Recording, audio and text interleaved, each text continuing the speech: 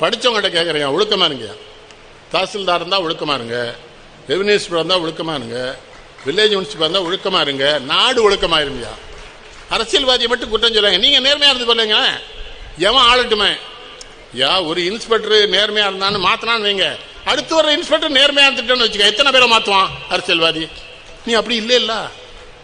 நான் அந்த இன்ஸ்பெக்டர் மாதிரிலாம் இல்லையா. நீங்கள் என்ன சொன்னாலும் சொல்கிறேன், யாரை வேணாலும் கைது பண்ண நீ விளங்குவியா? நாய்க்கு பிறந்தவனே.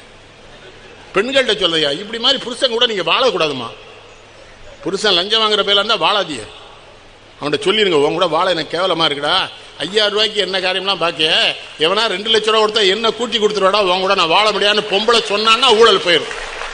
இந்த நாட்டை காப்பாற்றலான பெண் தானே மாற்ற முடியும். பெண்களை ரொம்ப அடிமையாக்காதீங்க. பெண்கள் நினைக்கணும், போராடணும் பெண்கள்லாம். இப்போ பெண்கள் இந்த மது கடைக்கெல்லாம் எதிராக போராடுங்க, மகிழ்ச்சியாக இருக்கு. அங்கேயும் பாருங்க, ஏழை பெண்கள் தான் தைரியமாக நிற்கிறாங்க, தைரியமாக பேசுகிறாங்க. மூடியாங்கிற என்னையா, ஒரு பிள்ளை ஏடிஎம்ல பணம் எடுத்துட்டு வந்திருக்கு, அதை கொள்ளையடிச்சிட்டு போய் ஒரு கிழமனையும் கொண்டு அந்த பிள்ளையும் கொண்டு இருக்காங்க.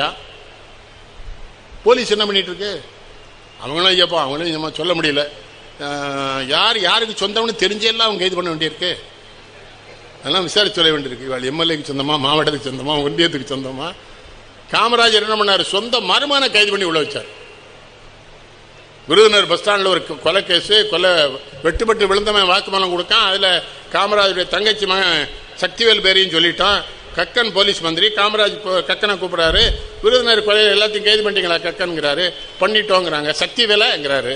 கக்கன் சொல்றாரு, நம்ம தங்கச்சி, ஏன் தங்கச்சி மகனை கொலை பண்ணலாங்கிறீங்களோ கக்கன், அப்போ நம்ம எம்எல்ஏ எல்லாத்தையும் ஆளுக்கு ஒரு 2 பேரை கொலை பண்ண வாய்ப்பு கொடுப்போமா? இன்னும் கக்கன் இப்படி நிற்கிறாரு. விடுங்க, நான் மத்தியானமே கைது பண்ண சொல்லிட்டேன், அந்த பேர் மதுரை ஜெயிலில் இருக்கான்னு தங்கச்சி மகனை கைது பண்ணி வச்சுட்டு தான் கக்கன்ட்ட போலீஸ் வந்துட்டு சொன்னார் காமராஜ். அதுக்கு தாண்டா அந்த கிழமை நாங்கள் இன்னைக்கு கும்பிடுறோம் தெய்வமா. அவன் படிச்சான்னா படிக்காட்டானடா, படிச்ச கேடு கட்ட பயில தாண்டா நாட்டை கெடுத்துட்டீங்க. அவன் படிக்காத வந்தாண்டா எங்களை காப்பாற்றலாம் இந்த நாட்டை. இன்னும் இத்தனை அணை கட்டி வச்சிருக்காண்டா. எத்தனை அணை? அவன் கெட்டக்கு அப்புறம் ஒரு அணை கட்டினாங்களா அவங்க?